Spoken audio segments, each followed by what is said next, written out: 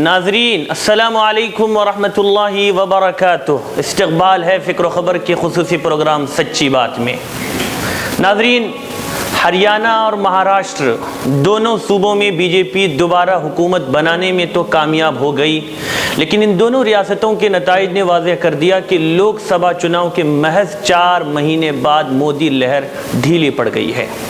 ہریانہ میں تو B J پی اکثریت تک حاصل نہیں کر سکی، لیکن دوسروں کی مدد سے بی جے پی مخلوط سرکار بنانے میں کامیاب ہوئی۔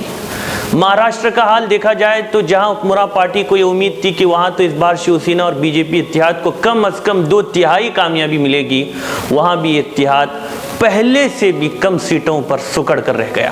پچھلی بار مہاراشٹر میں بی جے پی شیو سینا اتحاد کو 182 سیٹیں ملی تھی، جبکہ اس بار اس اتحاد کو کل 162 سیٹیں ملی ہے، جبکہ کانگریس اور شرد پوار کی پارٹی این سی پی کو حالیہ چناؤ میں 104 سیٹیں ملی ہیں، جو پچھلے چناؤ میں ملی سیٹوں یعنی تقریباً جو پچھلے چناؤ میں ملے تھے ان کو 83 سیٹوں سے تقریباً 2 درجن زیادہ ہے، جس کی امید نہیں تھی۔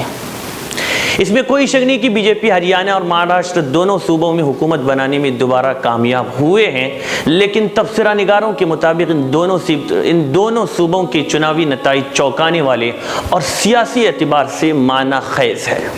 ناظرین، سوال یہی ہے، آخر یہ تبدیلی کیوں کر ہوئی؟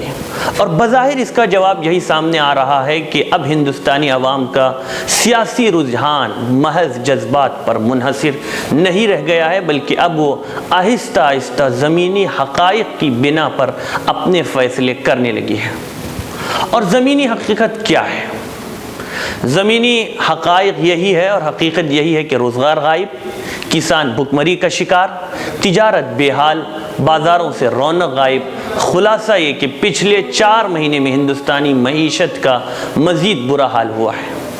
ہندوستانی معیشت کی زبو حالی کا اندازہ اس بات سے بھی لگا سکتے ہیں کہ جیسے کہ اس سے پہلے بھی یہ بات ہمارے ناظرین کے سامنے رکھی گئی تھی، تاکہ آپ کو خود حالات کے پس منظر میں فیصلہ کرنا آسان ہو جائے کہ بسکٹ بنانے والی پارلے جی کمپنی نے اکیلے 10,000 لوگوں کو ملازمت سے باہر کر دیا۔ اس کے معنی کیا ہوئے؟ بات صاف ہے کہ عام آدمی اب بسکٹ جیسی معمولی چیز بھی کم خرید رہا ہے۔ تبھی تو پارلے جی 10,000 افراد کو باہر کر کے اپنی ایک فیکٹری پر تالا لگانے پر مجبور ہے۔ یہ تو رہی سستی سی چیز بسکٹ کا حال۔ ادھر اگر کار کی خرید و فروخت پر نگاہ ڈالیں تو اس کا بھی برا حال ہے۔ ماروتی، ٹاٹا، ہونڈا جیسی تمام کمپنیوں نے اپنی کاروں کی مینوفیکچرنگ کافی کم کر دی ہے۔ وجہ یہ ہے کہ پچھلے 3 مہینوں میں کار کی سیلز میں ہر جگہ کم از کم 30% کمی آئی ہے۔ تب تو کاریں کم بن رہی ہے اور اس میں کام کرنے والے نکالے جا رہے ہیں۔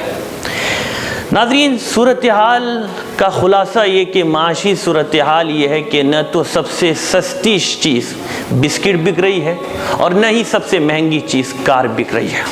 حالت یہ ہوئی ہے کہ نہ تو غریب کے پاس پیسے ہیں اور نہ امیر کے پاس آمدنی کہ وہ کار خریدے۔ اب آپ بتائیے کہ جب بازار میں کسی طرح کا مال بکے گا ہی نہیں تو معیشت بیٹھے گی نہیں تو اور کیا ہوگا؟ لیکن ان سب کے بیچ سوال یہی ہے کہ کیا اپوزیشن پارٹیاں ان بدلتے حالات کا فائدہ اٹھانے کو تیار ہیں؟ 2 لفظوں میں اس کا جواب یہ ہے کہ قطعی نہیں۔ اس لیے کہ ان دونوں ریاستوں میں اگر آپ دیکھیں تو علاقائی لیڈروں کی محنت رنگ لائی اور اس وجہ سے اپوزیشن کا حال بہتر ہو گیا۔ ناظرین، وقت ایک چھوٹے سے بریک کا، مجھے یہاں رکنے کی اجازت دیں۔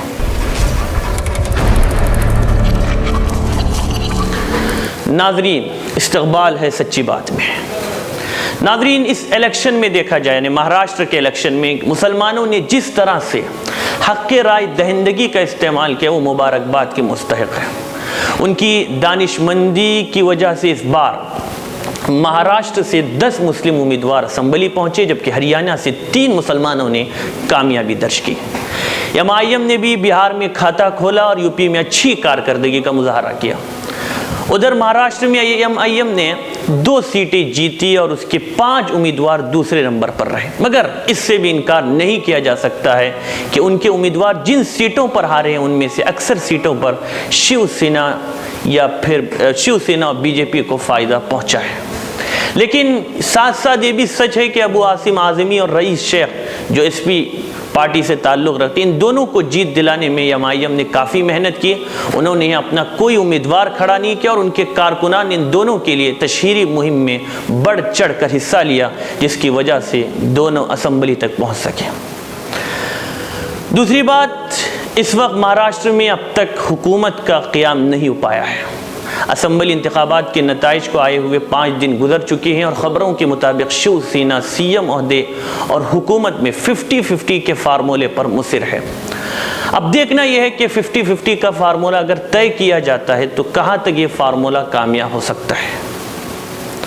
بہرحال یہ دیکھنے کی بات ہوگی. لیکن اسی کے ساتھ ملک کے موجودہ سیاسی حالات میں اس بات سے کسی کو انکار نہیں کہ اس وقت افراتفری کا دور ہے. اصل میں جب سیاست اتھل پتھل ہو جاتی ہے تبھی نئی قیادتوں کو ابھرنے کا موقع ملتا ہے، اور ابھی ملک کی سیاست ایک اہم دوراہے پر ہے. یہ کسی بھی سمت موڑ لے سکتی ہے. اس پورے سیناریو میں نوجوانوں کے لیے بہت مواقع ہیں. لیکن اس سے پہلے یہ بات ہمیں سمجھ لینی چاہیے کہ گاڑی کو سدھارنے کے لیے ایک میکینک ہوتا ہے جو اوزار لے کر گاڑی کے نیچے جاتا ہے، جبکہ دوسرا ایک میکینیکل انجینئر ہوتا ہے جو کبھی بھی اوزار لے کر گاڑی کے نیچے نہیں جاتا، البتہ کمپیوٹر پر بیٹھ کر ڈیزائن بناتا ہے. جب ہم ہنرمندی کی بات کرتے ہیں، عقل مندی کی بات کرتے ہیں، تو اس سے مراد صرف اوزار لے کر گاڑی کے نیچے چلا جانے والا ہی مراد نہیں ہوتا، بلکہ ڈیزائن بنانے والا انجینئر بھی بڑا اہم ہوتا ہے. سیاست میں بھی کچھ ایسا ہی ہوتا ہے.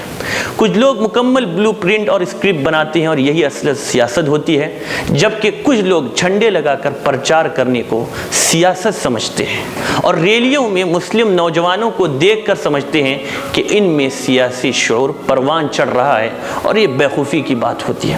لیکن سیاست میں جانے کے ساتھ یہ طے کر لینا چاہیے کہ ہم کبھی اپنے اخلاق اور کردار کا سودا نہیں کریں گے. اسی لیے کہ مولانا مودودی علیہ الرحمہ نے ایک جگہ لکھا ہے کہ اسلام آپ سے ہر چیز کی قربانی چاہتا ہے سوائے کردار کے. اس لیے سیاست میں جانے سے پہلے اس بات کا پکا ارادہ کر لینا چاہیے کہ ہم کبھی بھی اپنے کردار کا سودا نہیں کریں گے.